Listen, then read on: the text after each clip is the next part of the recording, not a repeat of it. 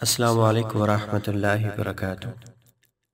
قاری صفدر.com کی جانب سے آپ سب لوگوں کی خدمت میں حاضر ہوں۔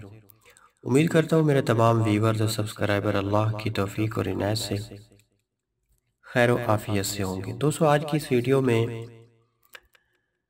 میں آپ لوگوں کے سامنے اپنی میری اس وظائف کی دنیا میں جب سے میں نے ایسی سمجھ لیں کہ سانس لیا ہے یا میں نے وظائف کرنے شروع کیے اور وظائف بتانے شروع کیے، مجھے کم از کم چونکہ بندہ کتابوں سے پڑھتا رہتا ہے، سینکڑوں وظائف نظر سے گزرے، پڑھے بھی کافی سارے، میں نے یہ سوچا کہ کیوں نہ ایک ایسا وظیفہ اپنی زندگی کے لیے چوز کر لیا جائے کہ لائف ٹائم کے لیے بس اسی کو ہی، اس کے اوپر ہی زور لگائیں۔ کوئی ایک ایسا وظیفہ ہو۔ میں نے سینکڑوں وظیفے پڑھے بھی صحیح، سینکڑوں وظیفے سنے بھی صحیح علماء سے، اس کے فائد بھی کافی زیادہ سنے پڑھے، وظیفے کیے بھی صحیح۔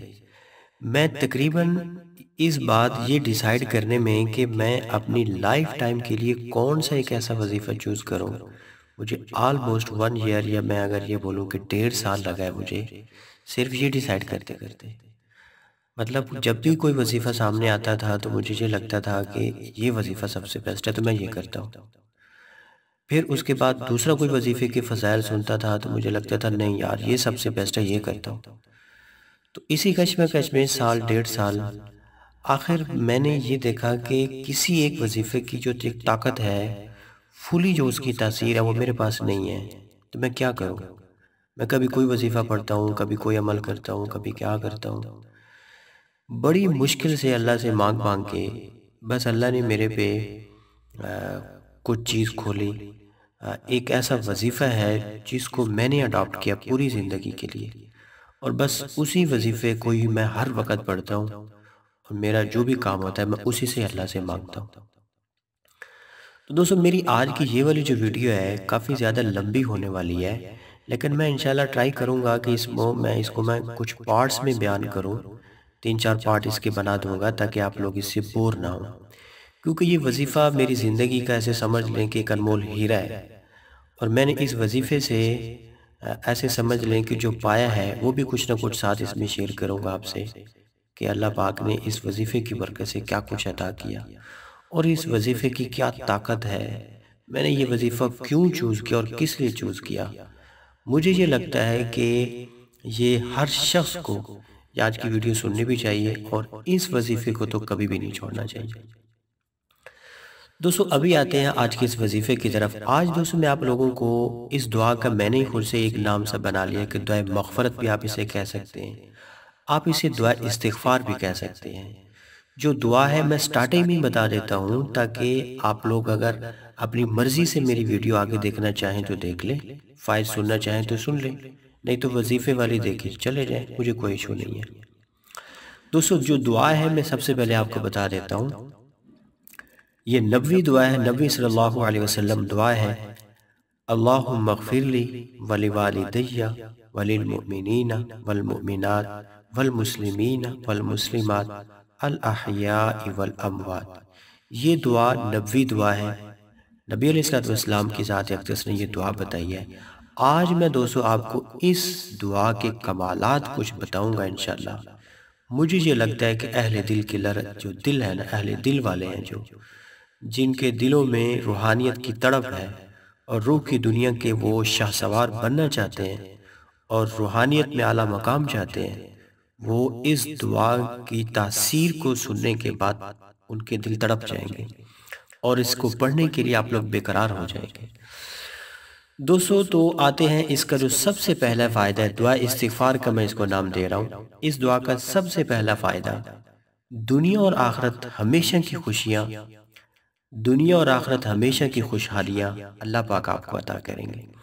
آپ لوگ یاد رکھیں کہ خوشحالیاں صرف پیسے سے خوشحالی نہیں آتی، خوشحالی صحت سے بھی آتی ہے، خوشحالی مال سے بھی ہوتی ہے، خوشحالی آپ کی اولاد سے بھی ہوتی ہے۔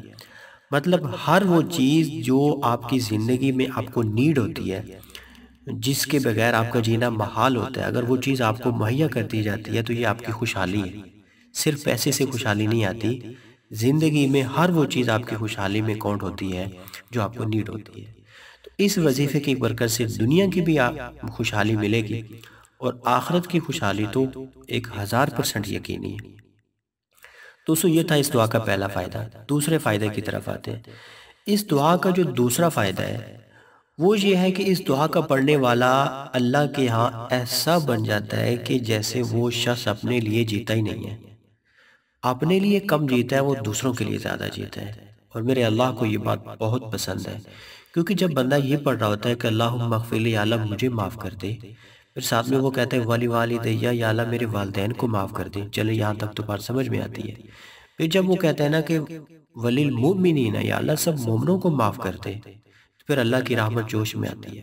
اور پھر جب وہ کہتا ہے ولی المؤمنات، یا اللہ مومن عورتوں کو بھی معاف کر دے، پھر صرف اس سے یہ نہیں کہ صرف جو مومن ہوتا ہے، مومن وہ ہوتا ہے جس کے دل میں ایمان مطلب کہ رچ بس چکا ہو، جو واقعی پکا مومن ہو، اسے مومن کہتے ہیں۔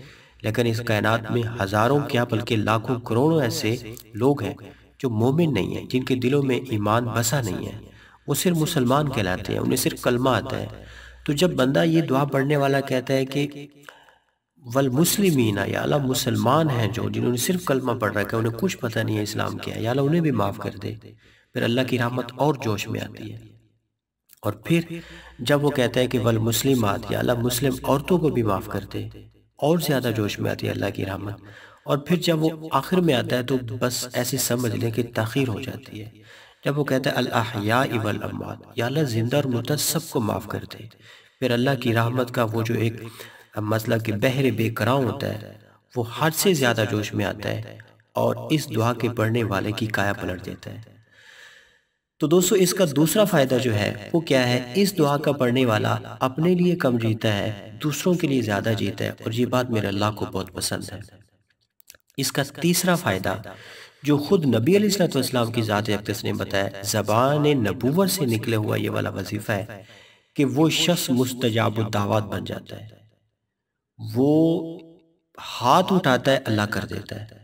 مالک بن دینار رحمۃ اللہ علیہ کا واقعہ آپ نے علماء سے سنا ہوگا، جب وہ کشتی میں سوار تھے، شارٹ کر کے بتا رہا ہوں، اور ان کے ساتھ مذاق کیا گیا، اور ان کو مطلب کہ ذلیل کیا گیا، انہوں نے اپنے طور پہ ذلیل کیا، انہوں نے بس اپنا چہرہ جو ہے آسمان کی طرف اٹھایا، بس اندر ہی اندر انہوں نے اللہ سے کچھ کہا، اور اللہ نے پوری وہ سمندر کی مچھلیوں کو حکم دیا، وہ سب کی سب اپنے منہ میں وہ دینار لے کے آگئے، کوئی درہم لے کے آگئے کہ یہ ہے آپ کا دینار، یہ ہے آپ کا وہ۔ تو بس ایسے ہی ہوتا ہے۔ مستجاب الدعوات کہتے ہیں کہ جب وہ کچھ بھی مانگتے ہیں اللہ سے، صرف ہاتھ اٹھاتا ہے اللہ کر دیتا ہے، وہ صرف ہونٹ ہلاتا ہے اللہ کر دیتا ہے، اور کبھی کبھی صرف اس کے دل میں خیال آتا ہے اللہ کر دیتا ہے۔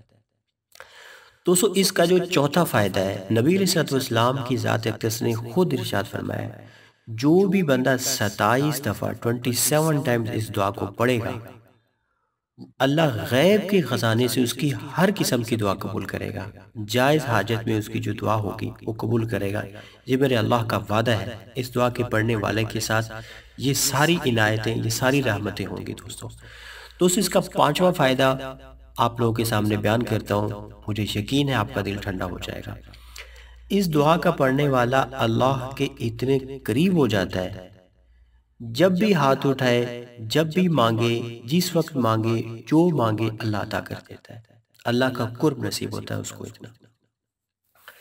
دوستو اس دعا کا چھٹا فائدہ کیا ہے؟ اس دعا کا چھٹا فائدہ یہ ہے کہ اس دعا کا پڑھنے والا اس کی عمر دراز ہو جاتی ہے، اس کی عمر لمبی ہو جاتی ہے۔ دوستو عمر دراز ہونے کا صرف یہ مطلب نہیں ہے کہ آپ نے 100 سال جینا ہے یا 200 سال جینا ہے۔ عمر دراز ہونے کا یہ مطلب ہوتا ہے کہ آپ 10 سال کے جو کام ہے آپ کے، آپ 5 سال میں پورے کر لیں گے۔ مطلب وقت میں اللہ اتنی برکت ڈال دیتا ہے، اتنی برکت ڈال دیتا ہے۔ یہ جو اکثر ہم کہتے ہیں نا کہ فلاں بزرگ تھے اور اس نے 2 گھنٹے میں قرآن پاک پڑھ لیا، فلاں بزرگ تھے 1 گھنٹے میں قرآن پاک پڑھ لیا، 3 دن میں پڑھ لیا، 2 دن میں پڑھ لیا، تو وہ ایسے نارمل نہیں پڑھ سکتے تھے، وہ ان کی کوئی زبان کوئی زیادہ ایکسٹرا نہیں چلتی تھی، اللہ وقت میں برکت ڈال دیتا تھا، ٹائم تھم جاتا تھا۔ وہ جو میرے خیال سے قانون بھی ہے جو آئنسٹائن کا ہے، میرے خیال سے شاید نیوٹن کا، کہ وقت تھم جاتا ہے، اللہ وقت میں جب برکت ڈال دیتا ہے تو پھر 10 سال کے کام 2 سال میں ہو جاتے ہیں، 5 سال میں ہو جاتے ہیں۔ تو عمر میں برکت کا دوستو یہ مطلب ہے۔ دوستو اس دعا کا جو یہ والا جو میں نے آپ کو فائدہ بتایا، یہ بھی نبی علیہ الصلوۃ والسلام نے بتایا کہ اس کی عمر دراز ہوگی۔ ابھی میں آپ کو اس کا 7واں فائدہ بتا رہا ہوں۔